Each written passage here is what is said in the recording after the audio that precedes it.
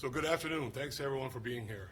Today, we announced the outcomes of a successful multi-agency investigation focused on identifying and arresting those who use the internet to sexually exploit children, Operation Valiant Nights.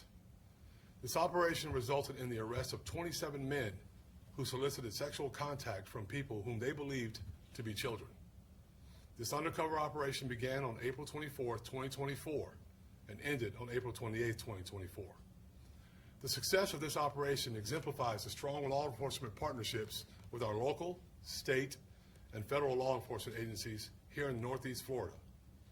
During this multi-agency operation, JSO ICAC detectives worked together with investigators and agents from the following agencies whose agency heads or representatives stand on stage with me today: the Federal Bureau of Investigation, Homeland Security Investigations, the Intercept Task Force, the Naval Criminal Investigative Services, Sheriff Cook from the Clay County Sheriff's Office, Sheriff Hardwick from the St. Johns County Sheriff's Office, the Bay County Sheriff's Office, U.S. Marshal Service, Mike Williams from FDLE, the State Attorney's Office, and the U.S. Attorney's Office.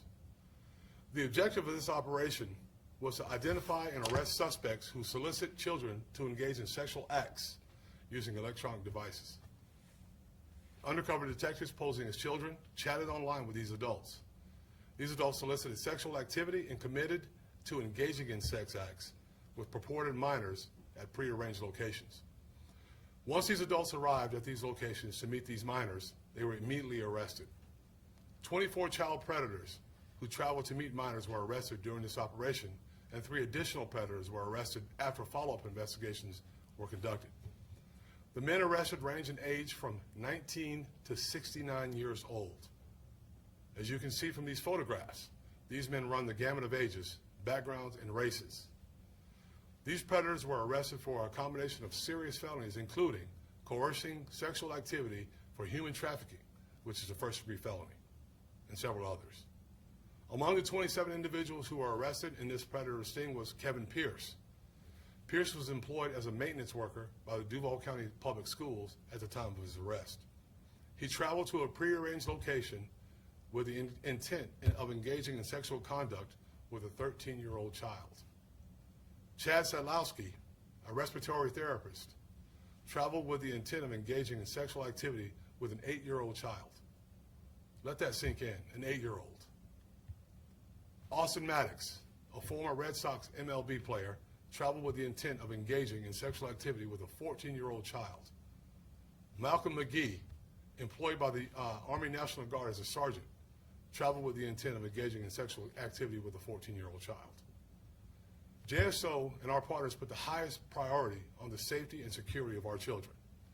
As the internet provides new and frightening opportunities for predators to victimize our children, our investigators, along with those of our partner agencies, will continue to proactively identify and apprehend child predators before they have the opportunity to act upon their perversions. Our children deserve our protection, and JSO and our partner agencies will continue to conduct these sting operations to stop child predators from harming our children. And I'll answer what I can at this time. Janice? Janice here, Cheryl for the local station.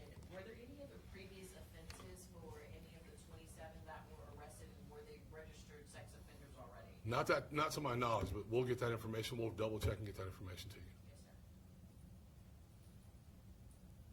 Is there any evidence that any of these guys knew each other or were connected on any kind of platforms? Listen, I can say this. I can say that they probably fished these platforms because they didn't just accidentally happen upon this. I don't know that they know each other, but I'm just very happy that they're off the street. Kind of a follow-up question. Can you give us an idea of what platforms were used? Is this like dating apps, or is this like email, or? I'm not going to share that right now. I'd like to keep that amongst the agencies here so that we can continue to work these cases and continue to target these people that want to target our kids.